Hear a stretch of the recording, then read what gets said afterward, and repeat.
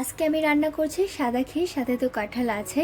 আমাদের যশোর অঞ্চলের মানুষ সাদা ক্ষীরের সাথে কাঁঠাল খেতে অনেক বেশি পছন্দ করে।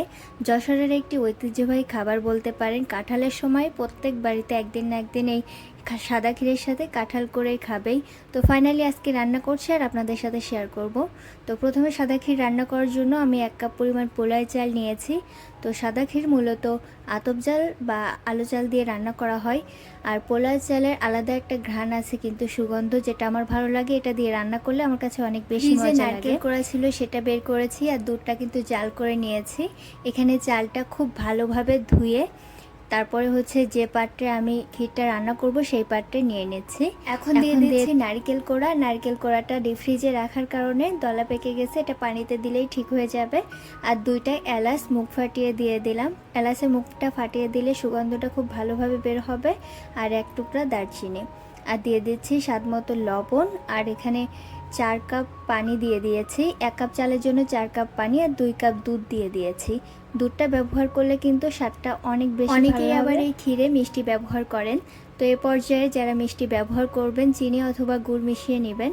আমি এখানে চিনি অথবা গুড় মেশাবো না, কারণ কাঁঠালটা অনেক মিষ্টি। এই সাদা ক্ষীরের সাথে কাঁঠালের মিষ্টিটা অ্যাডজাস্ট হয়ে যায়। এই ক্ষীরটা রান্না করতে কিন্তু খুব বেশি টাইম লাগে না, যে 10 মিনিটের মতো টাইম লাগে। তো যতক্ষণ না পর্যন্ত ক্ষীরটা হচ্ছে ততক্ষণ কিন্তু জাল করতে থাকবো। এ পর্যায়ে আমি চুলা থেকে ক্ষীরটা নামিয়ে নিচ্ছি, কারণ এটা নামানোর পরে আরও ঘন হয়ে আসবে। একদম পারফেক্ট ঘনত্বে আছে এই ক্ষীরটা। এখন একটু ক্ষীর আমি বাটিতে তুলে নিচ্ছি, এটা আয়রাকে খেতে দেব। আমার ক্ষীর তো রান্না করা শেষ, এখন কাঁঠাল ভাঙার পালা। তো চলুন কাঁঠালটা ভাঙা যাক।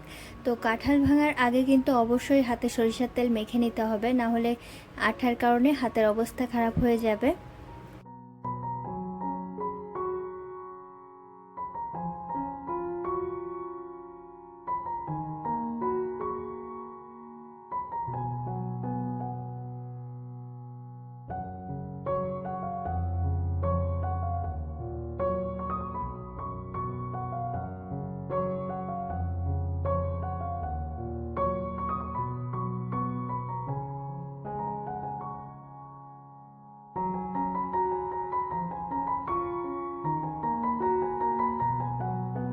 সবগুলো আমি সুন্দর মতো তুলে নিয়েছি, দেখতেই পাচ্ছেন।